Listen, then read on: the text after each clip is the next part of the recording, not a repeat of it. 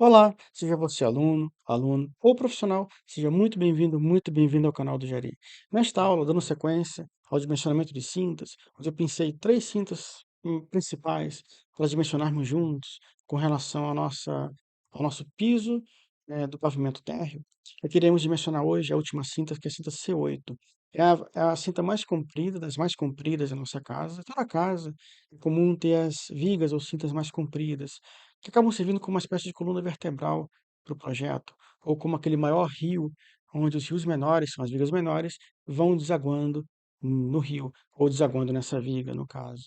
E que, como peculiaridade, nessa aula de hoje, eu vou trazer notas importantes ao final, referentes à ancoragem. A ancoragem, ela é fundamental, que tanto o engenheiro de projeto quanto o engenheiro de obra eles têm esse conhecimento, têm esse domínio do cálculo da ancoragem, pois ele é muito útil no momento de emergência na obra, ou num cálculo do dia a dia, cálculo de emendas, que iremos fazer aqui juntos hoje, entender como proceder com as emendas de vigas, os comprimentos, armadura positiva, armadura negativa, e a essência disso tudo, por trás disso tudo, é o velho cálculo de ancoragem, que eu aprendi no meu caso, lá atrás, nos livros do José Carlos Sequin, os maiores calculistas do Brasil e do mundo.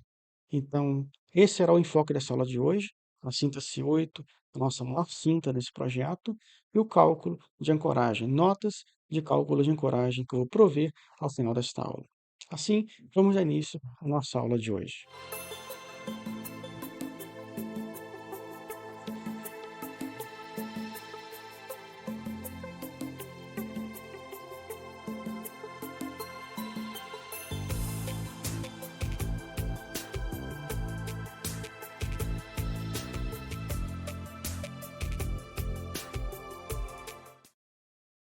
Projeto da Casa 1 de concreto armado, aula de número 15, cinta C8, com notas de emendas de barras.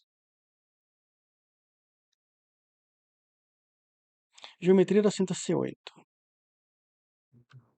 A geometria da cinta C8, como mostrada, ela é uma viga que segue de ponta a ponta ao longo de todo o comprimento de nossa casa. E ela acaba recebendo, por conseguinte, desaguando nela, no caso, outras vigas intermediárias. Ou seja, a cinta C8, por ser a principal, quando eu desenho uma viga principal como essa, longitudinal, comprida, eu acabo utilizando ela como apoio para outras vigas menores, que vão cruzando, apenas chegando nela, e, no caso, ela vai se apoiando em vários outros pilares distribuídos ao longo da casa. Então, essas vigas são primordiais para articularmos essa arquitetura de viga se apoiando em qual viga. Elas são muito importantes nessa organização. A cinta C8 possui dimensões de 20 por 50, lembrando que a primeira dimensão não é a largura, é sempre a dimensão horizontal em planta. No caso, ela está em pé, você está vendo a planta baixa aqui, então você está vendo, no caso, a largura. A dimensão horizontal é a primeira dimensão que você escreve na viga, no caso, na cinta, 20. E por 50, não é, o segundo número não é necessariamente a altura, mas é, no caso, o elemento vertical, no caso, que não é mostrado aqui em planta baixa, que seria a altura da viga. Então, 20 é o elemento horizontal mostrado em planta, no caso, que é a largura, e 50 seria o elemento vertical da sua viga ou da sua cinta. Aqui mostrando mais uma vez apenas a nossa cinta C8, o projeto como um todo, mostrando que ela recebe a cinta C5, ela também serve de apoio para a cinta C2, que dimensionamos na aula anterior, na aula 14, em que ela tem dois tramos, C2A e C2B. Observe que a cinta C8, ela se apoia no pilar P10, ela serve de apoio para a cinta C5 e se apoia no pilar P8. Então aqui, ao invés de escrever C8A e C8B, eu tenho um tramo só. Um tramo só porque eu estou entre dois apoios, não com três apoios. Não quer dizer porque uma viga vai chegando nela que ela vai ter mais um apoio. Não, ela serve de apoio para a cinta C5, mas ela não se apoia na cinta C5. Então, entre o pilar P10 e P8, temos apenas um tramo. Entre o P8 e o P5, outro tramo. Então, se escreve C8B. Por falta de espaço, você apenas escreve C8A, completinho, 20 por 50, e continua com B, depois C, e assim por diante. Entre o P5 e o P1, nós temos apenas o tramo C. Por que não C e D? Porque a cinta C2, ela não serve de apoio para a cinta C8. Ela se apoia na cinta C8. Então, a cinta C8, ela recebe a cinta C2. Então, ela se apoia apenas no pela P5 e no pela P1, para um tramo que seria o C. Então, nós temos um tramo denominado C8A, o segundo tramo C8B e o terceiro tramo C8C. Lembrando que os tramos, eles se referem àqueles intervalos, no caso, entre apoios. Esforços solicitantes. Da mesma forma que organizamos as nossas vigas anteriores, aqui eu trago um retrato apenas dos esforços solicitantes, no caso, aplicados na cinta C8, assim que eu trago no AutoCAD, bem fácil de escrever no AutoCAD, de lá eu recorto e colo no Word e vou compondo memória de cálculo no documento de Word. Depois o próprio da viga, a alvenaria, a laje e a massa total por metro linear. Esses esforços, no caso, cortantes, esforços concentrados, cargas concentradas, no caso, eu indico por uma linhazinha mais comprida. Eu ultrapasso o limite da linha da carga distribuída. Dessa forma, eu organizo cargas concentradas, no caso advinda da cinta C2, e outra carga concentrada advinda da cinta C5. Restantes são cargas que a gente aprendeu a trazer das lajes para as vigas. Então, esses valores de esforço solicitantes, mais uma vez, como eu falei na aula anterior, eles não se referem ao cálculo da viga como uma viga contínua, mas sim calculando a viga como com a ajuda dos pilares, calculando como um pórtico. Então, coloquei isso aqui no F2, no programinha desenvolvido pelo Luiz Fernando Marta, aqui no Rio de Janeiro. Coloquei lá com os pilares, as inércias certinhas, uma hora inércia em torno do eixo X, outra hora o pilar com inércia em torno do eixo Y.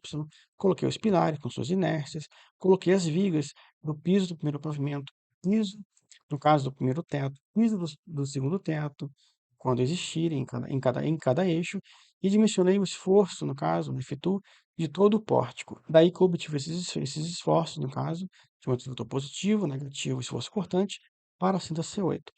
Ao terminarmos as vigas e as cintas, antes de adentrarmos em pilares, eu vou mostrar como é que eu fiz isso no F2, para você aprender a dimensionar pelo pórtico. Pelo pórtico vai te dar valores mais próximos da realidade. Vai dar valores menores do que E, vai dar esses valores aqui, no caso, são valores de pórticos, eles são mais próximos da realidade do que os valores que eu obteria, no caso, se eu estivesse considerando vigas contínuas. Antigamente, se calculava as vigas como vigas contínuas, pelo menos de radicrons. Pode calcular? Pode, é seguro? É.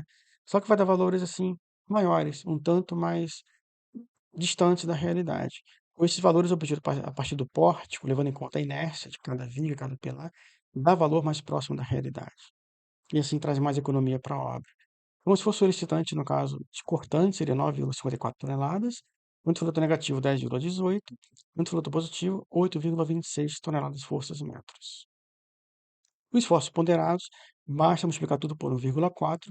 Pela falta de espaço, mas eu preferi priorizar o desenho da memória de cálculo, apenas abreviei, mas multipliquei tudo por 1,4. O gama equivale a 1,4. Ao multiplicar os esforços ponderados por 1,4, você encontra os esforços ponderados, como mostrados nesse slide. Como o esforço maior foi de um aumento do flutor negativo, em detrimento ao aumento do flutor positivo, a gente vai dimensionar mais uma vez a viga a aumento do flutor negativo. Eu deixo o aumento do flutor positivo para você dimensionar em casa, pela mesma metodologia que a gente vai fazer aqui juntos. Tente refazer depois, dimensionar a armação positiva, pelo mesmo procedimento mostrado aqui para o aumento do flutor negativo. A altura é de 50, a largura é de 20, o estribo, a priori, vamos considerar com 5 milímetros de diâmetro, um pré-dimensionamento. Vergalhões de 10 milímetros, apenas em uma camada, por exemplo, comprimento de 4 centímetros. E altura de cálculo, como já feito anteriormente nas outras aulas 13 e 14, da mesma forma, altura total, menos o comprimento, menos o diâmetro do estribo, menos o diâmetro do vergalhão sobre 2. Por quê? No dimensionamento da armação negativa, no flutor negativo, a gente considera o quê? A distância entre o centro de gravidade das armações negativas. Estou considerando apenas uma camada. Eu não sei quantas camadas vai dar, duas, três. É a distância do centro de gravidade da armação até a face inferior do concreto. Caso eu encontre duas camadas, por exemplo, de barras, no caso negativas, duas em cima, duas embaixo, duas camadas com duas barrinhas, esse D ele reduz mais ainda, porque ele seria a distância do centro de gravidade das armações negativas até a face, no caso inferior, no caso comprimida nesse caso, até a face inferior do concreto. Então, assim, você pode voltar e refazer o cálculo, né? A partir do momento que você encontra mais camadas de barras de aço ao final do seu dimensionamento, você pode voltar, refazer, reformular o valor de D minúsculo, no caso, ele vai se referir sempre ao centro de gravidade das armações aqui alojadas. A gente chama de alojamento, barras alojadas. Refazer o dimensionamento, que o valor de D vai diminuir um pouquinho. Então, quanto menor o valor de D, mais armação você acaba tendo dentro do concreto. No princípio, com duas barras de aço, uma camada só, o nosso valor de D resulta em 45 centímetros. Se eu encontrar, no caso, duas camadas ou três camadas, o valor de D vai reduzindo. Esse valor, no caso de centro de gravidade aqui, ele vai, no caso, reduzindo em relação à face inferior do concreto. Só tome cuidado com isso, você pode calcular sim e, encontrei mais armações. Você pode voltar, reajustar o valor de D minúsculo e refazer o dimensionamento todo de novo. Cálculo do KPMD. Você tem aqui o KPMD, dado por aquela equação, onde você tem o antefletor ponderado em cima, BW a largura da viga, vezes a altura de cálculo ao quadrado, vezes FCD, demonstrado em todas as aulas até aqui. Mais uma vez, apenas mostrando as variáveis, os seus nomes das variáveis. Aqui eu botei um flutor positivo, quando estava calculando com positivo na aula 13, mas na aula 14 e nessa aula 15, a gente está dimensionando o manifletor negativo. Então aqui só corrija para negativo, por favor. Por cada manifletor que você vier considerando como foco positivo ou negativo, você altera apenas o textozinho aqui. Largura da viga é a mesma, altura de cálculo é a mesma, resistência de cálculo do concreto FCD é o mesmo. KPMD, portanto, você substitui, em caso o valor ponderado do manifletor negativo, nesse caso é negativo, e vai dividir pela largura, altura ao quadrado, altura de cálculo ao quadrado, na altura total, vezes o FCD. O FCD é FCK sobre gama C do concreto é igual a 1,4, e você encontra como valor final, transformando unidades.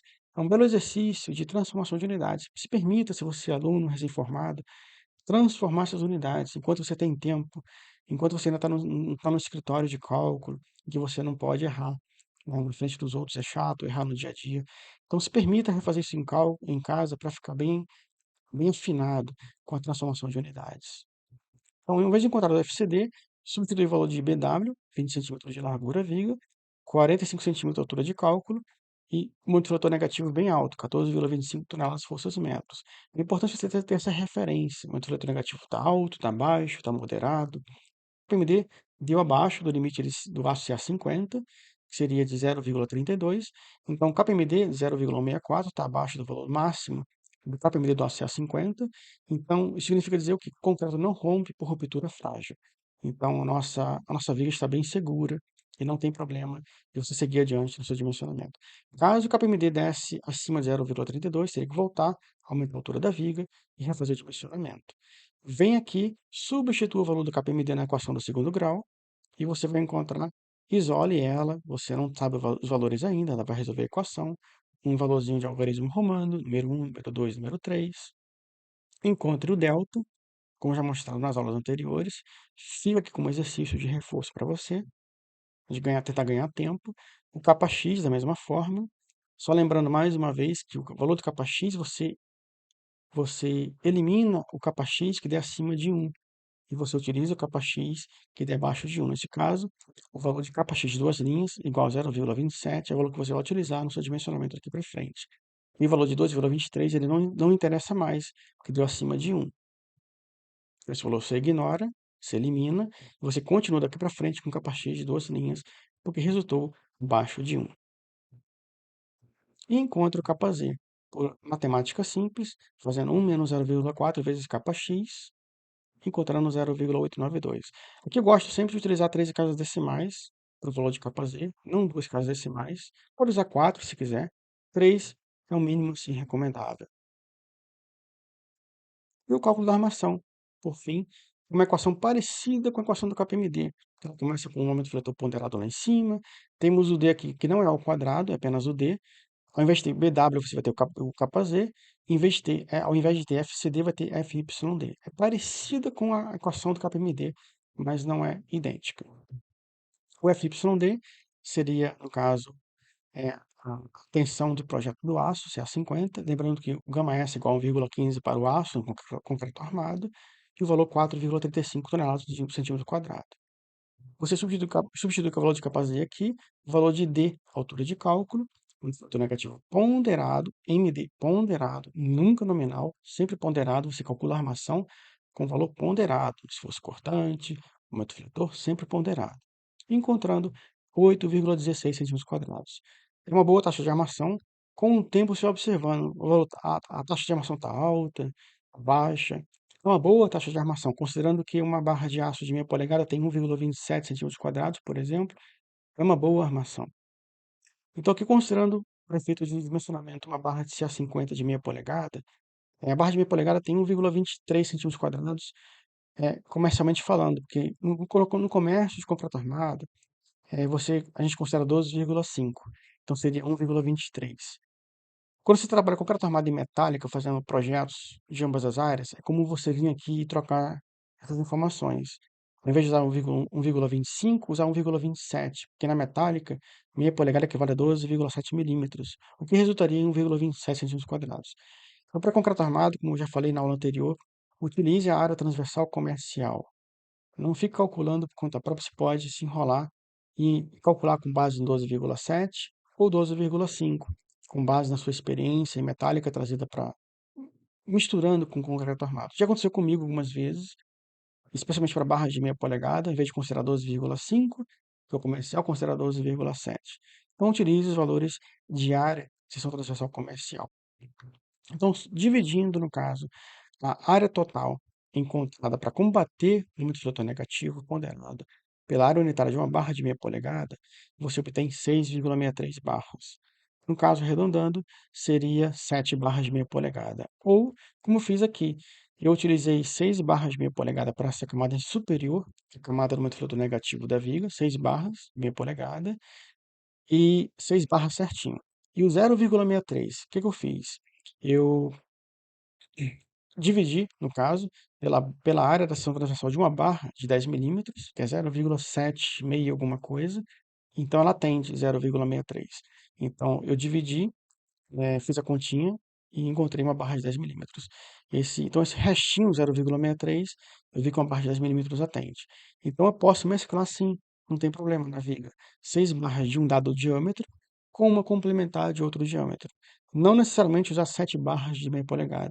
Pode dar uma economizada apenas usando as barras principais, de um dado diâmetro maior que você quer utilizar, e a barra, no caso, complementar. Note aqui mais uma vez, 12,7 é praxe do dia a dia, metálica concreto. Eu escrevi 12,7, mas o correto é 12,5. Então, para o concreto armado, a barra de meia polegada, não tem a barra de meia, chama de barra de 12,5. Então, aqui escreva 12,5, não 12,7. Foi bom mostrar isso aqui. Eu falei que eu já errei algumas vezes, está aqui errado de novo de minha parte, 12,5, não 12,7. Então, 6 barras de 12,5 mais o complementar 0,63 equivale, no caso, a uma barra de 10 milímetros. Armação mínima para a viga, fazendo aqui 0,15% vezes BW vezes T. Na aula 13, eu acho que eu escrevi 0,14%. Voltem lá e corrijam, caso eu tenha escrito lá a taxa de armação mínima, não me recordo, na aula 13. Caso tenha escrito 0,14, é 0,15. Para viga não é 0,14, é 0,15. 0,14 é para estribos de vigas. 0,15% é para armação de vergalhões, armação principal de viga. Então, para armação principal de vergalhões, de barras longitudinais de vigas, utiliza 0,15% vezes PW, e que cuidado, é vezes D, altura de cálculo, não altura total. Então, vezes 20 vezes 45 centímetros dá uma taxa de armação mínima de 1,35. Ou seja, a armação mínima negativa para combater uma antiflotor negativa. Armação mínima negativa, que tem, que tem que compor, no caso, que tem que se compor, no caso essa viga, é de 1,35 centímetros quadrados. Como a gente encontrou uma armação negativa muito maior do que esse valor, então a gente está coberto pela norma. Caso encontrasse um valor abaixo de 1,35, você teria que usar 1,35 como mínimo para armação negativa. E áreas de barras comerciais, apenas extraídas do livro do José Carlos Sequin, são as mesmas de ontem até hoje, são as mesmas. Então, utilize esses valores no seu Excel. Não sai calculando cada barra, cada diâmetro. Você pode, no dia a dia, por praxe de metálica, concreto, misturar as duas. E como eu fiz ali naquele slide anterior, ao invés de 12,5, botei 12,7 no, na escrita final. Só isso. Mas escreva 12,5. O concreto armado não escreve 9,5 milímetros como na metálica, que é 3 oitavos. Escreve 10. Aqui não escreve, no caso, 15,80 e pouco, se não falha a memória. Escreve 16 milímetros, que é barra de 5 oitavos em metálicas, mas em concreto escreve 16. Aqui é 20. Aqui é 22,2, 6,3, em vez de 6,35. escreve 6,3 no concreto. Ao invés de 4,76, em concreto tem 5 milímetros. Então, se habitue com os diâmetros comerciais para concreto armado para não misturar com os diâmetros de metálicas. Separe esses dois mundos. Já coloque no Excel e já sirva para você de, de opção, para você já pensar a areazinha automaticamente no Excel, em fórmula de Si, ou vai montando o seu Excel direitinho. E utilize essas áreas, sendo transversal, como mostradas aqui, que são as áreas comerciais, empregadas no mundo comercial real. E dimensionamento da viga a cisalhamento. É do mesmo modo que a gente fez nas aulas anteriores, o valor do tal WD seria o esforço cortante, no caso ponderado, que ele é bem alto, 13,36. Observe que nas aulas 13 e 14, a gente encontrou valores de 4, 5 toneladas, se não falha a memória, e aqui 13,36. Seria um esforço cortante bem exacerbado ao longo dessa viga, bem alto ao longo dessa viga, uma viga maior, mas em algum trecho foi 13,36 toneladas, no esforço cortante ponderado máximo. BW 0,20, altura de cálculo 0,45, nos dando um tal WD de 148,44 toneladas por metro quadrado. E o tal WD obedece a dois limites, que seria, no caso, 0,20 de FCD, encontrando, no caso, 428,57 toneladas por metro quadrado, e o valor limite de 450. Então, esse valor tem que estar sempre abaixo desses dois valores. Valores limites, tetos limites, no caso, para tal WD. E o tal C, apenas continuando, seria o valor de πc vezes raiz quadrada de FCK. O πc 0,25 multiplica pelo raiz quadrada de 30 megapascal, sempre adota 30 megapascal para concreto armado. Vigas, pilares, lajes, obras de concreto armado, projeto, sempre adota FCK 30 megapascal. O tal C, 43,30, no caso, toneladas por metro quadrado.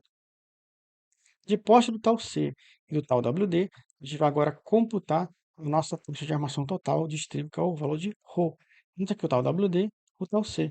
Substituir na equação e você vai ter o valor final de ρ, equivalente a 29,29 centímetros quadrados por metro quadrado.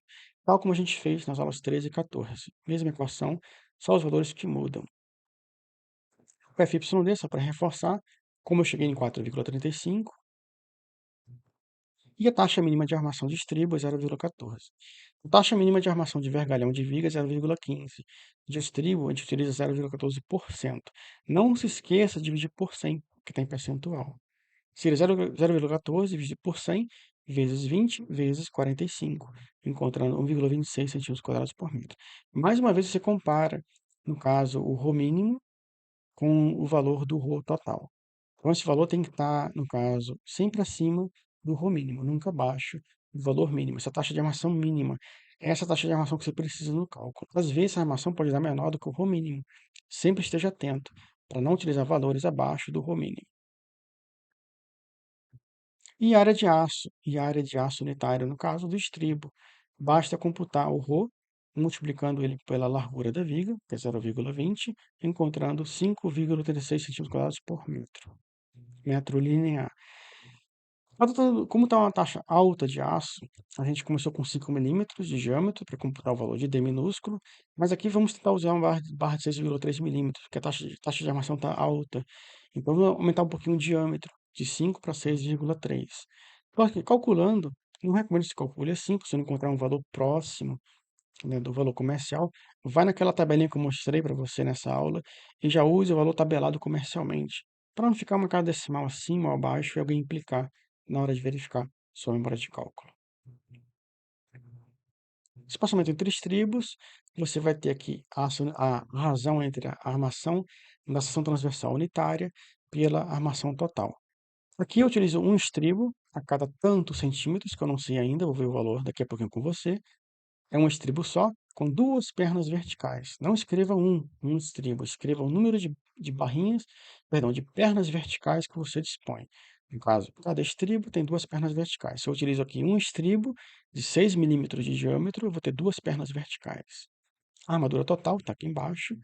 Ao dividir, você encontra um espaçamento de 11 centímetros.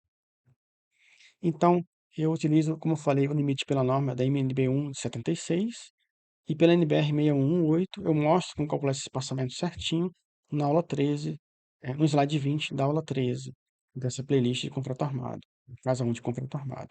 Aqui, de modo geral, como eu falei, eu utilizo sempre 20 centímetros. Às vezes, no bom senso, eu limito a 15 centímetros, 10 centímetros, em função do cálculo. Mesmo que resulte em 20 centímetros aqui, às vezes eu limito para 15 ou para 10, em função da qualidade da mão de obra que vai ter na obra, em função das cargas, dos vãos. Eu procuro me limitar um pouquinho, botar esse teto limite, no caso, um pouquinho para baixo, em função de cada situação, com base no bom senso. Mas pela NB1 era 20 centímetros, espaçamento máximo entre estribos, e pela NBR 618, eu mostro lá no slide 20 da aula 13, o cálculo direitinho. Você pode encontrar uma hora 20, 30, enfim, tem um cálculo certinho, um pouquinho mais apurado. Então, no nosso caso, a gente precisa de um estribo a cada 11 centímetros. Então, eu utilizaria um estribo e uma barra de 6 milímetros a cada 10 centímetros. Diâmetro mínimo e máximo, como adotamos um estribo de 6,3 milímetros, ele está acima do limite mínimo, que é 5, e está abaixo do valor máximo, que é a largura da viga, dividido por 10, dividido por 2 centímetros. E no item 5, o nosso projeto final. No projeto final, apenas eu mostro aqui a nossa viga comprida, total comprimento 14 metros, de face externa de concreto armado, 14 metros. No desenho, sempre trago o desenho das seções dos elementos transversais, que cortam o que se apoia nessa viga, o que servem de apoio para essa viga, como, por exemplo, os pilares e vigas. Pilares representados por P e as cintas por C, as cintas desse mesmo pavimento. Para os pilares, como eu indiquei na última aula, para vocês consertarem meu desenhozinho que ficou lá, ficou retângulos para os pilares, que não é o correto. Você desenha cotoquinhos como esses e seccionados em cima e embaixo, que os pilares continuam para cima e para baixo. Não precisa desenhar o pilar todo, apenas indicando que tem um pilar aqui. Ele continua para cima e para baixo. As cintas, você vai ter retângulozinhos, numa hora menores, cintas. Essa cinta C8 tem 50 de altura. Numa hora de mesma altura, numa hora menores. A cinta C5 deve ser menor do que a cinta C8. A C2, mesmo tamanho. Então você desenha a altura certinha. Nessa alocação certinha no AutoCAD das cintas e pilares, servem de referência para a equipe de obra, na hora da montagem das armações, para não inverter a posição das armações. Por exemplo, essas emendas elas vão estar aqui entre a C5, entre a cinta C5 e o pilar P10. E se caso não indicasse aqui as referências, como ele iria saber o local, no caso da emenda? Então é importante ter essas referências para a obra, para eles locarem direitinho as emendas conforme no projeto.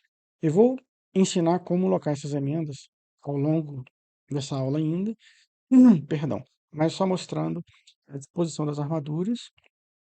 As barras comerciais vêm com 12 metros, comprimento total comercial de uma barra de vergalhão é 12 metros, então você não tem como colocar 12 metros para vencer 14 metros. Então a gente vem com a barra, não utilizo os 12 metros totais, eu utilizo a barra por inteiro, dentro dos 12 metros, dentro do possível, até chegar no local onde eu vou fazer a emenda. Então, eu não utilizo ela com 12 metros e faço a emenda. Não, a emenda vai ter um local específico. 12 metros é uma coisa, eu não tenho como vencer 14 metros com 12 metros de vergalhão. Mas a emenda, ela vai limitar o comprimento da barra, porque a emenda tem uma posição estratégica. Não é assim em qualquer lugar, ou coloca a barra de 12 metros e faz a emenda. Não, não pode ser assim. Então, estou mostrando que todas as barras têm os comprimentos totais na parte superior, e na parte inferior os comprimentos, no caso, unitários. Essa parte intermediária da barra tem 1105, essa parte da dobra tem 40, somando dá 1145. Então, você sempre coloca, no caso, o comprimento total em cima e o comprimento de cada posição, cada dobrada, cada virada unitária em parte de baixo. E vai compondo o total sempre na parte superior da barra. Aqui nós temos as 3 barras de meia polegadas na primeira camada, depois uma outra camada com 3 barras de meia polegada e por fim uma barra de 10 milímetros. Então nós temos o quê? As 6 barras de 12,5 milímetros e mais uma barra de 10 milímetros, como a gente computou no nosso cálculo. Deixa a armadura positiva para você tentar encontrar, com base no momento fletor que a gente tem nessa viga, e ver se você encontra o mesmo valor de 6 barras de meia polegada. Não fala meia polegada, a gente está em concreto armado. Me corrija sempre que eu falar isso. É 6 barras de 12,5. Caso você encontre o mesmo valor, com o momento fletor positivo apresentado. Dando continuidade, temos aqui a parte principal como referência, apenas trouxe os elementos que servem de referência para a cinta C8, que são as cintas intermediárias e os pilares. Para os estribos, você vai criar cotinhas. Eu não criei nesse desenho, depois eu devo ter criado um desenho final. Isso aqui talvez não seja o desenho final do projeto. Foi o único desenho que eu consegui resgatar desse projeto dessa casa, mas está bem completinho ainda. Eu sempre costumo desenhar cotinhas no AutoCAD, só que em vez de indicar o número da cota, eu clico no número da cota e digito o número de barras de estribos, tipo X, N36, entre a face interna desse pilar e a face interna desse pilar. Lembrando que o estribo ele atravessa vigas intermediárias, não tem problema. Entre esse pilar e esse pilar, outra faixa de estribos. E entre a face desse pilar e a face desse outro pilar, temos uma viga no meio do caminho, não se incomode com ela, o estribo pode atravessar a viga intermediária. Então nós temos aqui que colocar as cotinhas indicando quantidade de barras que se referem, que representam, no caso, os estribos.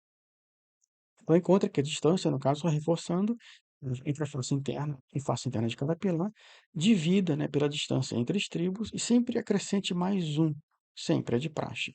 Os estribos não passam por dentro dos pilares, como eu falei na aula anterior, eu acho. Os estribos não passam por dentro dos pilares, podem passar por dentro das vigas intermediárias, não por dentro dos pilares.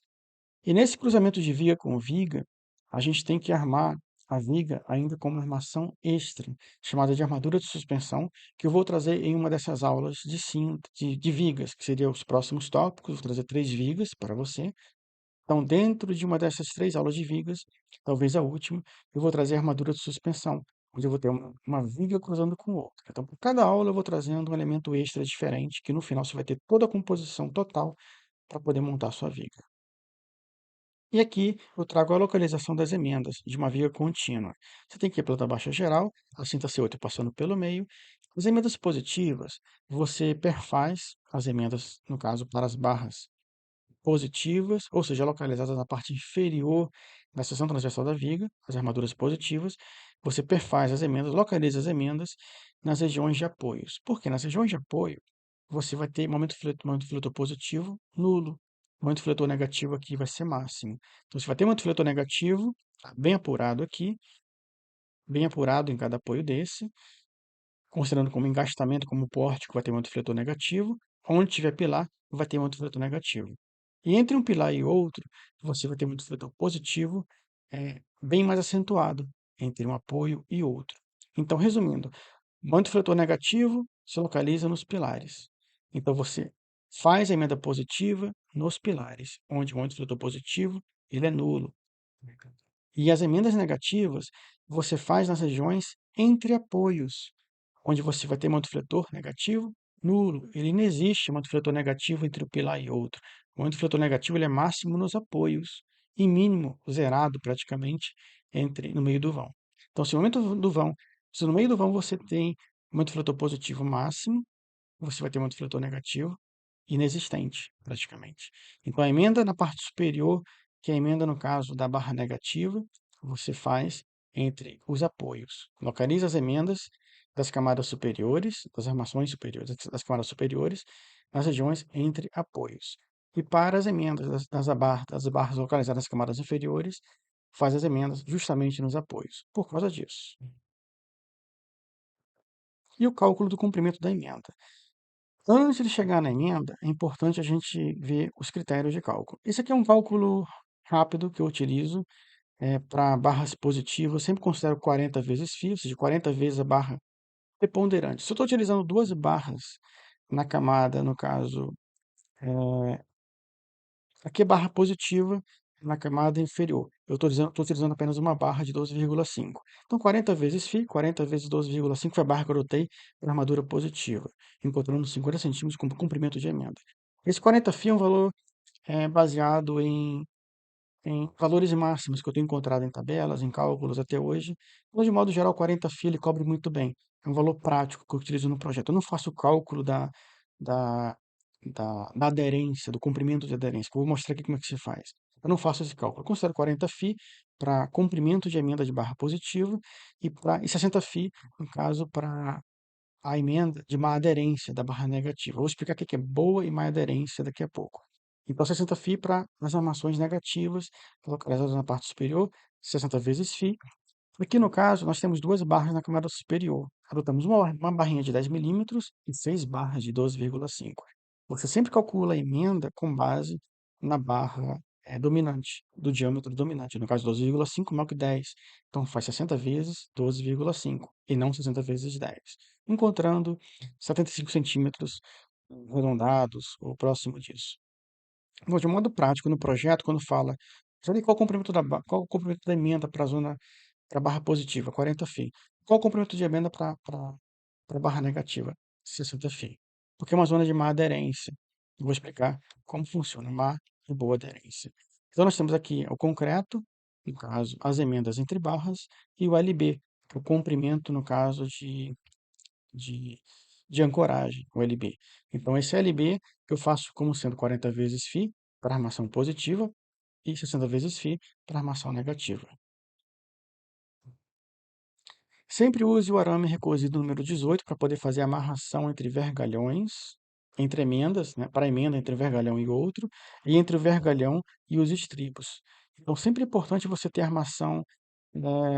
Tem uma zona que o mantifletor negativo ele inexiste, mas pela norma você tem que ter no mínimo duas barras contínuas de um apoio ao outro, seja na parte superior e seja na parte inferior. Você tem que garantir no mínimo duas barras contínuas de um apoio ao outro. Eu já vi em vários projetos, na região onde o mantifletor negativo ele inexiste, do colega não colocar nada, via softwares, enfim, não colocar nada. Eu pedi pelo menos para dispor uma armadura contínua de 8 milímetros, 10 milímetros ou coisa que o vale. Para viga, eu utilizo vergalhão diâmetro mínimo de 8 milímetros, né? Para vigas. Para pilares, mínimo de 10 milímetros. Cálculo do comprimento de ancoragem OLB. Agora, fazendo pela norma direitinho, aqueles 40 φ, 60 φ são valores práticos que eu resumi com base nos valores máximos que eu tenho encontrado ao longo da minha carreira. Então, eu uso 40 φ para mantifletor positivo, 60 φ para mantifletor negativo. Calculando direitinho com base no cálculo da ancoragem, como é que a gente calcula a ancoragem, o LB? Vamos mostrar aqui.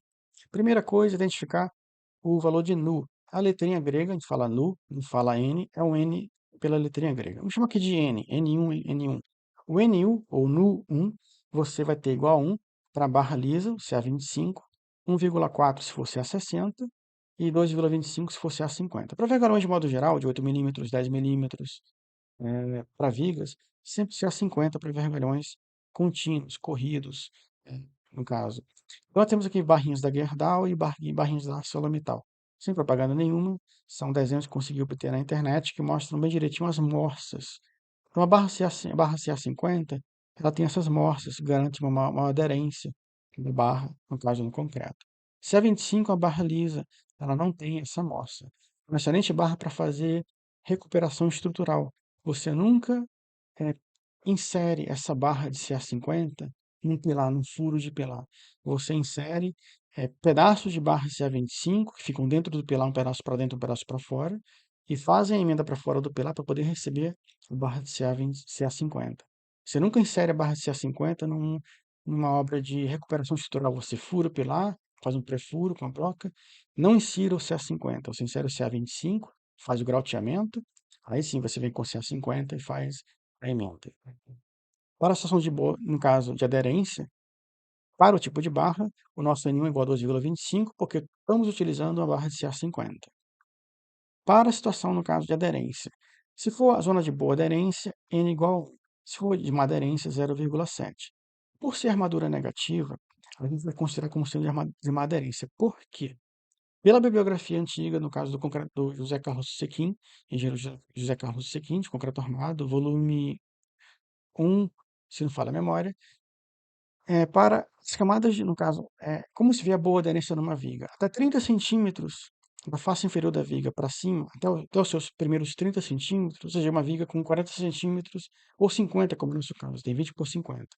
Então, os primeiros 30 centímetros, contar da parte inferior para cima, se denomina como zona de boa concretagem.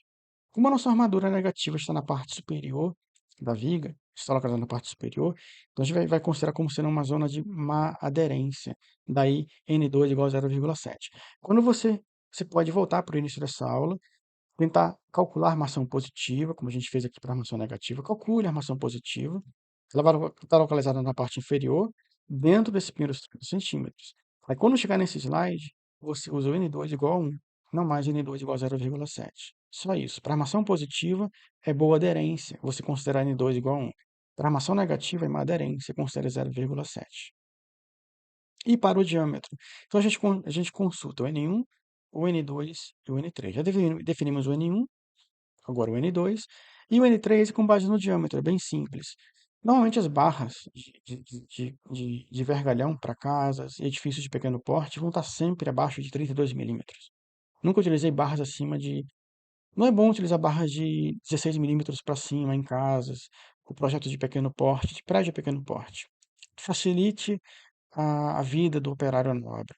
Eu recomendo sempre, com base nos ensinamentos de universidade, de bons professores que eu tive, que trabalharam com José Carlos Sequim, por exemplo, por 10 anos em escritórios. Eu sempre recomendava para a obra você, dependendo do tipo de obra, do porte de obra, se limitar no máximo a 3 tipos de vergalhões, 3 diâmetros de vergalhões para a obra toda. Porque se sobrar, você está trabalhando no máximo com três diâmetros. Já vi projetos em que os colegas trabalham com 6, 7, 8 diâmetros de vergalhões. Fica uma salada. E caso sobre um vergalhão de um certo diâmetro, você não tem como aproveitar, às vezes. Então, limite o número de diâmetros de vergalhões para 3, por exemplo, um projeto de pequeno porte para uma casa. Cálculo do comprimento de ancoragem, o LB. O alfa 1 ele é igual a 1 para barras sem gancho e alfa 1 igual a 0,7 para barras em caso aproximadas com gancho. Sem gancho, 1, sem gancho, 0,7. No nosso caso, ele é sem gancho. Ó. A gente está tratando de barras corridas. Vamos tratar sem gancho, sem aquela dobrinha. Vou tratar que não tem a dobra, vou tratar como barras corridas, porque é uma viga comprida. Mas independente disso, eu não considero aquela barra dobrada. Seria o zero, que seria um gancho. Eu considero como barras corridas. Que caso tenha assim, alguma barra intermediária reta, ela já está contemplada aqui. Para não ficar toda hora vindo aqui e a barra reta sem gancho, a outra é a barra reta com gancho. Fica mais conservador, considera um igual a 1, fica mais fácil. Pela norma, você tem aqui uma outra coisa interessante no caso, a armação, é 8 vezes φ, que é a parte, no caso, a parte reta do comprimento, não ser inferior a 8 vezes φ. No caso, ganchos, extremidades das barras, oscilantes de tração, podem ser os ganchos, no caso. Então, sempre que você tem aquela dobra que eu faço lá com. Já expliquei como é que eu fiz na aula 13. Ela não pode ter um comprimento, a dobra do vergalhão, no caso, na parte extrema da viga, não pode ter um comprimento menor do que 8 φ. 8 φ é o diâmetro, é o comprimento mínimo que aquela dobra de vergalhão tem que ter. Grosso, se é a 50, no caso, e para uma bitola no caso, 12,5 milímetros e 10 milímetros, que está abaixo de 20, você utiliza diâmetro de pino, dobramento 5 vezes φ, que é o dobramento do pino. 8 φ é o comprimento, no caso da dobra. Fazer aquela dobra que eu mostrei já nos desenhos, projeto final, a dobra tem que ter 8 φ mínimo. E o pino de dobramento para dobrar o ferro é 5 vezes o diâmetro. Não fala ferro, né? Fala barra de aço. A gente não tem ferro na construção civil. É o ferro mais carbono, que seria o aço. Então, seriam barras de aço. Então, para barra de aço, com diâmetros inferiores de 20 milímetros, em CMCA 50, você utiliza 5 vezes φ para o pino de dobramento. O valor, no caso de FBD, é dependente do tipo de conformação superficial da barra utilizada, da zona na qual essa barra será alojada e do diâmetro da barra em utilização. Sempre utiliza esse termo alojado, alojamento, alojar a barra, alojar as barras positivas, alojar as barras negativas, a zona de alojamento. É um termo técnico utilizado em projetos e relatórios técnicos. Alojamento, verbo alojar. O FCK é igual a 30 megapascal. O FCTM, para calcular FBD, temos que considerar isso tudo. Primeiro FCK, primeiro é 30 megapascal. Em função do FCK, você calcula o valor do FCTM, que você vai ter que é a parte tracionada, se tiver tensão de tração no concreto, 2,9 megapascal. Ou seja, a tensão de tração no concreto, ela equivale a cerca de 10% da tensão de compressão. Aqui é a parte comprimida, a tensão comprimida do concreto, aqui a tensão, no caso, tracionada. O de 30 caiu para, digamos, 3 megapascal, 10%. Então, de via de regra geral, a resistência à tensão do concreto equivale a 10% da sua resistência à compressão. Calcula o FCTM dessa forma, calcula o FCTK inferior dessa outra forma, substitui aqui e encontra o valor dele em megapascal também, que são a correção megapascal, P sempre maiúsculo. Sempre se vigie para escrever direitinho. O A minúsculo, MP sempre maiúsculo. Às vezes escreve no Word e o Word corrige para minúsculo, mas tenham atenção. O FCTD, você substitui o valor de FCTK inferior aqui, divide por 1,4, encontra 1,45. O gama C, só lembrando, o gama C do concreto é igual a 1,4. Então, eu calculei o FCK, o FC tração, FCTK, que é o característico de tração, o FCTD, que é o de cálculo de tração. E o FBD seria o N1 vezes N2 vezes N3. A gente viu já, em função, no caso, do tipo de aço, do diâmetro da barra, enfim, o N1, N2 e N3. Multiplica pelo FCTD, que seria 1,45, encontrado aqui, encontra 2,28. E o 0,7 foi a camada de má aderência. O 1 foi em função de ter um diâmetro de barra abaixo de 32 milímetros, se não falha a memória, é o limite para o N3. E o N1 é porque o aço é A50. Aí encontra o valor do FBD igual a 2,28. Estamos falando de tensão. Estrutura tensão calculada. Antes de calcular o comprimento de ancoragem, LB, tem que calcular essas tensões. E a ancoragem básica? A ancoragem básica, ela vem dessa equação lá do livro do José Carlos Sequin. É daqui que a gente encontra a origem dessa equaçãozinha aqui, que é φ sobre 4 vezes FYD sobre FBD. Todo engenheiro de projeto, engenheiro de obra, tem que ter essa equação em mente. É simples e é muito prática e vai te salvar no dia a dia, caso venha precisar. Então, φ sobre 4 é o diâmetro do vergalhão, seria 1,25. Eu cometo esse erro porque é metálica, concreto, uma hora é metálico, outra hora é concreto. Então, fica na minha cabeça meia polegada, mas é 1,25 centímetros aqui, porque estamos falando de diâmetro comercial de concreto armado, é 1,25 centímetros, a barra que a gente utilizou no projeto, 12,5 milímetros, 1,25 centímetros, divide por 4 o diâmetro, e multiplica pelo FYD. Esse FYD é aquele 4,35, no caso, tonelada por centímetro quadrado, que a gente calculou lá para a armação ao longo dessa aula. E o FBD a gente calculou no slide anterior, 2,28, encontrando LB igual a 60,55 centímetros, como comprimento de ancoragem, no caso básico, para a camada superior, que é a camada de barra negativa, numa zona de má aderência. A ancoragem necessária vai ser o alfa1 vezes o LB vezes a área de ação transversal calculada, dividido pela área de ação transversal efetiva. O que é isso? Aqui eu ignoro, considero igual a 1. Aqui você pode considerar, colocar aqui a área que você calculou e a área que foi calculada, quanto precisa no cálculo, e a área que você efetivamente está utilizando.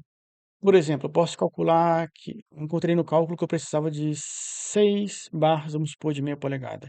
Mas aqui eu coloquei o equivalente a 7 barras de meia polegada. Então aqui é a área encontrada no cálculo. E aqui é a área que você vai adotar no projeto. Aquela área um pouco mais arredondada, que se encontra 6,32, por exemplo, barras de meia polegada. Aqui você coloca 7 vezes barras de meia polegada. Então nada mais do que isso. É sempre a área calculada, que vai ser sempre menor, do que a área efetivamente encontrada no projeto, utilizada no projeto, que é sempre um pouquinho maior. Então vai dar um número 0,90 e pouco, ou próximo de 1, sempre abaixo de 1 ou próximo de 1. Eu considero igual a 1, eu ignoro essa parcela. O alfa 1 eu utilizo igual a 1, como já mostrei anteriormente, sem gancho. Então, o meu LB necessário vai ser o alfa 1, que é 1 vezes 60,55. Caso tivesse um gancho, considerar a situação do gancho, seria 0,7 vezes 60,55. Nesse caso, eu considerei como 1 sem gancho. Eu ignoro essa parcela, você pode considerar. Eu ignoro, considero igual a 1, e encontro 60,55. E aqui, pela norma, você tem o comprimento de transpasse, de barras tracionadas. Só lembrando que a fórmula ela vai exigir o L0T, alfa vezes alfa 0 T, o LB, que é o comprimento, é o comprimento básico de ancoragem necessário, tem que ser maior que o L0T mínimo, só isso. E com o L0T mínimo, ou seja, o comprimento de ancoragem que a gente calculou no slide anterior tem que ser maior do que 15 vezes φ, maior que 20 centímetros, né? É o maior valor entre 0,3 e tem que ser maior do que 0,3 vezes alfa 0 vezes o LB. Esses são os valores mínimos de ancoragem. O alfa 0T, está mostrado aqui quem é o alfa 0T nessa passagem da norma de concreto. E aqui barras emendadas na mesma seção. Quando você tem 20%, ou seja, 1/5 das barras emendadas na mesma seção, você tem 1/5, no caso, para ser emendado, ou seja, 20%, você se localiza aqui. Quando você tem 50% das barras totais daquele corte feito na viga, 50% de todas as barras, de todas as camadas, você vai ter 50%, você utiliza 1,8. Quando tem apenas 1/5 de todas as barras, de todas as camadas emendadas naquela seção daquela viga, se utiliza 1,2. Nesse caso, nós temos 3 barras na camada superior, 3 barras de meia polegada na outra camada, depois uma barra de 10 milímetros. Então, nós temos aproximadamente 50% das barras assim sendo emendadas, 3 numa hora, 3 numa outra posição, 3 numa posição, 3 na outra posição. Então, esse valor sempre varia entre 1,2 e 1,8, dependendo de você ir lá e verificar qual o percentual de barras emendadas do total de barras utilizadas na minha seção transversal. É só isso. Esse valor varia entre 1,2 e 1,8. Eu nunca faço aqui pela norma, eu utilizo aqueles valores de 40 vezes φ, 60 vezes φ que eu mostrei. Estou mostrando só como é que faria pela norma, teria que consultar cada caso, cada alojamento, cada percentual. Entre 1,2 e 1,8 vai me dar um valor de 72 a 108. Então, aquele valor que eu encontrei lá atrás, 60 vezes φ, que é um valor prático, que eu utilizo nos meus projetos, eu adoto aquele valor nos meus projetos, eu sempre tomo em consideração que eu estou emendando no máximo um quinto, ou seja, 20% de todas as barras na mesma seção. Naquela seção, só um quinto de todas as barras, ou 20%, estão sofrendo emendas naquela seção. O restante vai sofrer emenda em outras seções, ao longo da viga. Vai distribuindo as emendas ao longo, para ficar tudo concentrado na mesma seção. Em considerando que apenas 20% das barras, no máximo, vão ser emendadas na mesma seção, ele vai me dar um valor próximo daquele valor que eu encontrei, 60 vezes φ. Então, me salva, me economiza todo esse tempo, todo esse cálculo feito até aqui. Por isso que eu utilizo 60 vezes φ para armação de má aderência e 40 vezes φ para armação de boa aderência.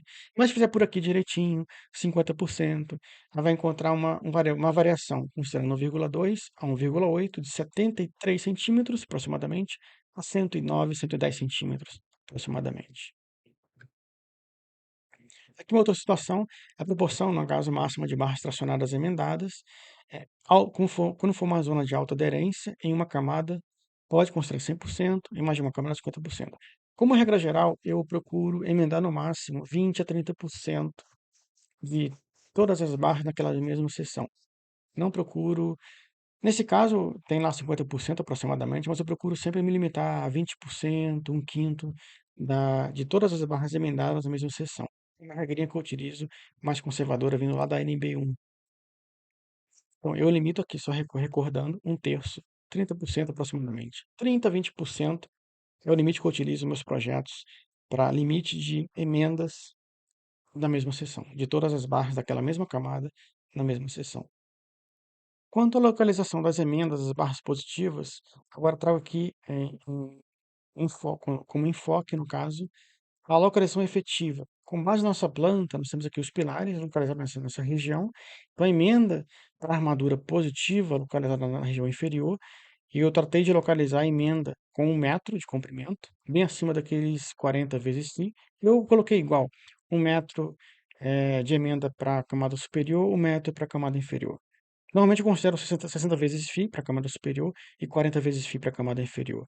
Então, o que eu considerei, no caso, 1 metro, está bem acima, está bem redondo, para evitar de voltar, fazer cálculo, verificar se tem alguma coisa errada, já ganho muito tempo. Então, eu considerei aqui 1 metro de transpasse. O enfoque desse slide é mostrar que a emenda, no caso, das barras positivas está estrategicamente localizada na região que vai ter o pilar. Então, sempre faça a emenda das barras positivas na região de pilar, porque é a região onde muito fletor positivo ele é nulo. Então, você vai ter menos tração, você vai ter a barra mais favorecida, você tem menos esforço aqui. Então, se você não tem muito fletor positivo, no caso, você não vai ter tração nessa região da camada inferior de armação positiva. Então fica mais propício, favorece muito, no caso, ao transpasse. Da mesma forma, o outro transpasse foi feito alinhado em região estrategicamente escolhida aqui de centro. Eu trago uma linha no AutoCAD do centro desse pilar, coloco 50 centímetros de offset para um lado, 50 centímetros de offset para o outro, e vou ter aqui 1 metro. Recorto minha barra e recorto outra barra. Assim vou obtendo o comprimento de cada vergalhão. É assim que eu faço no projeto. E para armação negativa, você vai ter da mesma sorte, você vai ter que a armação negativa, por exemplo, as emendas com 1 metro também de comprimento, 100 centímetros, elas são localizadas no quê? Entre pilares. Nas regiões onde muito fletor negativo, ele é nulo, ou próximo de nulo. Então, nessa região favorece muito a emenda em uma zona de madeirense. Você não vai ter tração propriamente dita, porque você não vai ter momento fletor negativo aqui máximo atuante, ou quase nada de momento fletor, ou zero de momento fletor negativo.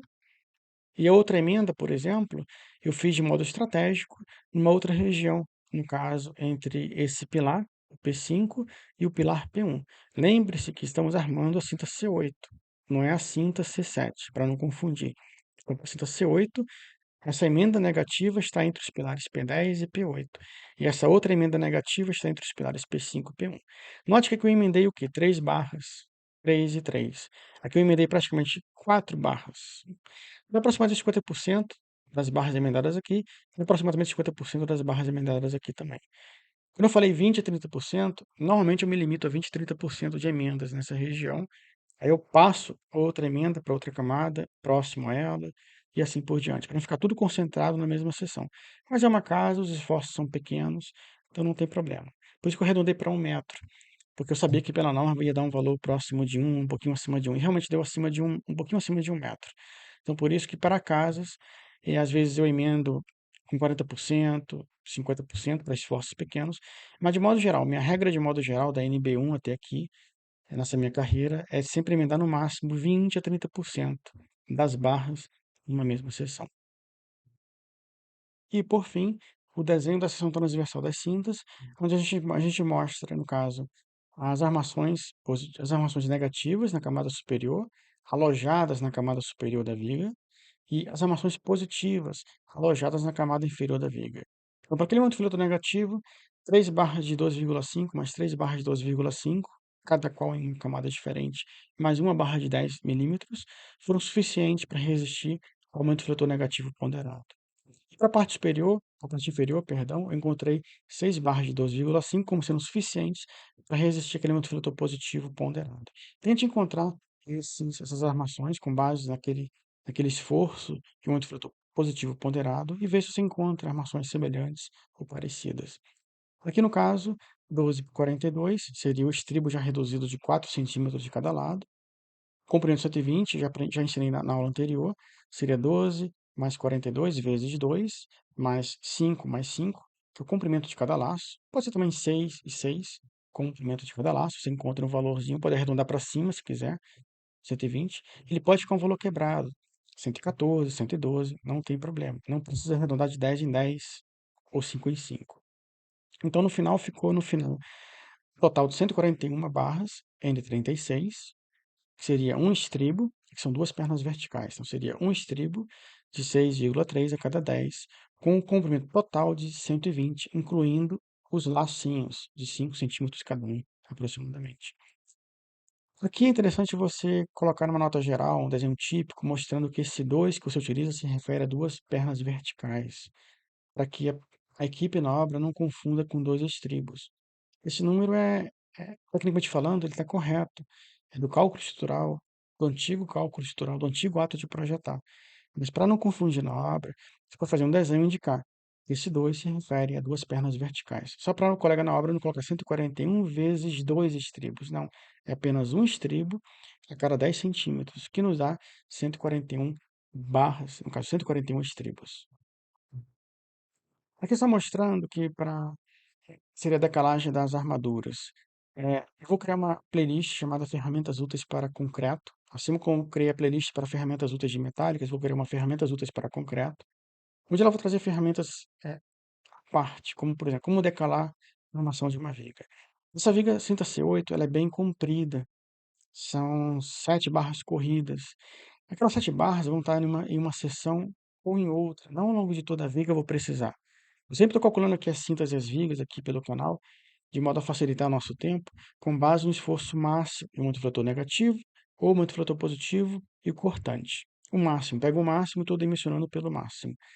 Mas para vigas muito longas, que tem muitas barras alojadas numa camada superior ou inferior, você pode decalar essas vigas maiores. Você termina o projeto, tudo direitinho, pega algumas vigas, pelo menos as maiores, e faz a decalagem, para poder gerar uma economia nessas vigas mais compridas. As outras vigas menores, não tem problema deixar os ferros corridos, 2, 3, 4 barras corridas para vigas menores de 5 metros, 8 metros. não tem grande problema com relação à economia. Mas para as vigas maiores, acima de 8 metros, 10, 14 metros, por exemplo, você vai fazer a decalagem. Essa decalagem eu vou ensinar em uma outra aula específica como decalar a armação de viga com base no diagrama de momento fletor. Aqui apenas alguns alfarrábios, meus primeiros alfarrábios do tempo de aluno. Apenas passei a limpo depois de um certo momento, que o original está todo amarelado. Só mostrando alguns traços da decalagem que eu já notava naquela época com base nos ensinamentos de José Carlos Siquim. Então, em um momento oportuno, eu vou trazer uma aula só sobre decalagem. Não se preocupe quanto a isso. Então, para vigas maiores, mantenha assim 7 barras corridas na camada superior, 6 barras corridas na camada inferior, mas depois eu vou ensinar como decalar para você gerar economia nessas vigas maiores. É assim que eu faço, desenho logo tudo, calculo com base nos piores casos, de muitos fletores se fosse cortante para todas as vigas, e ao final eu pinço as vigas maiores, que é onde dá para gerar mais economia, e faço a decalagem dessas. Eu digo nesse sentido de fazer o dimensionamento, o cálculo, o desenho na mão, como eu estou ensinando aqui. E meus primeiros livros de concreto armado, continuando essa série de indicações de livros, aqui eu indico o melhor livro do planeta Terra de arquitetura de armação. Como ensinar a técnica de armar. Que o título é esse mesmo, técnica de armar. Então, toda a técnica de armar, ela é ensinada com muito vigor, muito empenho pelo engenheiro civil Péricles Brasiliense Fusco, a gente chama de Fusco. É muito comum um dia a gente falar o livro do Fusco, que então é o livro do Fusco. É o melhor livro que tem para quem quer se aprofundar na arte. A gente chama de arquitetura de armação, arquitetura de armar, ou técnica de armar. Como armar as armações dentro do concreto armado, laje, numa viga, num pilar, encontro de viga com pilar, cuidados especiais, dobramento, diâmetro de pino, de curvatura, enfim.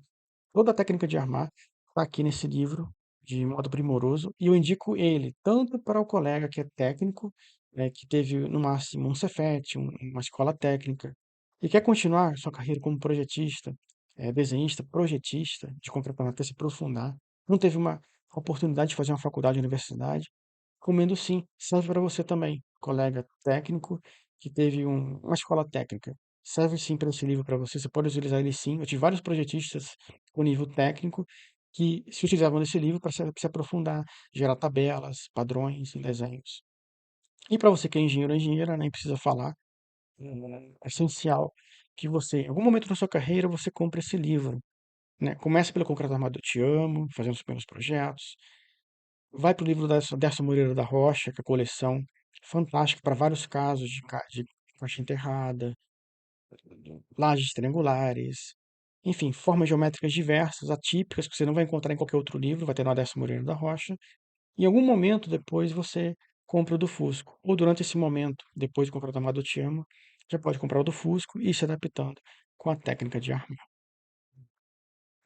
Deixo minha gratidão mais uma vez por me acompanhar em mais esta aula, nessa sequência de cintas e depois vigas, para a gente fechar os vigamentos da nossa casa. As aulas vão ser sempre voltadas para o método do KPMD, esse método que me trouxe até aqui com segurança, sem nunca ter gerado nenhum problema em meus projetos. Sempre que eu respeitei o KPMD, nunca gerei problema em projeto algum, em obra nenhuma. Então, qualquer coisa que você venha fazer, utilize no mínimo o que eu estou fazendo aqui. E depois se aprimore, enxugue, o que for. Mas se você utilizar como mínimo o que está aqui, o KPMD, você está com segurança em sua obra. E aqui meus livros, deixo como indicação meus 2 últimos livros lançados pela editora Oficina de Textos, de estruturas metálicas e de pavimentos industriais em concreto, caso você deseje adquirir. Com o mesmo molde que eu ensino nessas aulas, eu ensino nos livros linguagem simples, prática, não empírica e também não didática. Eu digo assim, não didático, não se referindo apenas a casos didáticos, tudo caso real. Tudo que eu trago nos 2 livros, sempre com base em caso real. Ou eu trago um caso real, mostrando o projeto, cálculo, o dimensionamento daquele caso real, ou eu não trago, eu prefiro não fazer o livro. Então são 2 livros calcados em casos reais, ora em estrutura metálica, ora em pavimentos industriais em concreto, com toda a tecnologia. Lendo esse livro de concreto, você vai facilmente chegar no nível eh, intermediário de tecnologia do concreto, de básico a intermediário, dependendo do seu enfoque, do seu ensejo, da sua dedicação, você pode chegar assim no nível intermediário. Toda a minha técnica de tecnologia do concreto, aprendida com José Martins, foi o maior tecnólogo que eu encontrei em minha vida, foi meu professor de concreto, tecnologia do concreto. Ele que me ensinou essa paixão do concreto. Então, toda a minha técnica de tecnologia do concreto está nesse livro.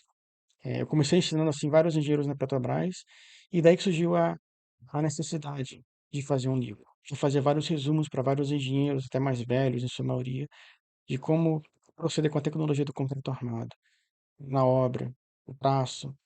E dali, poxa, por que que eu não vou fazer por que não fazer um livro? Aí comecei a fazer um livro pela Pini, de concreto armado e pavimento, e depois, muito tempo depois, agora eu relanço um outro livro totalmente diferente, totalmente muito mais completo, com 7 projetos completos de pavimentos industriais em concreto, com toda a minha tecnologia de concreto armado que eu aprendi em vida, de modo simples, nesse livro, que vai te levar para um patamar de, no mínimo básico, a intermediário. Assim, deixo minha gratidão e te aguardo na próxima aula.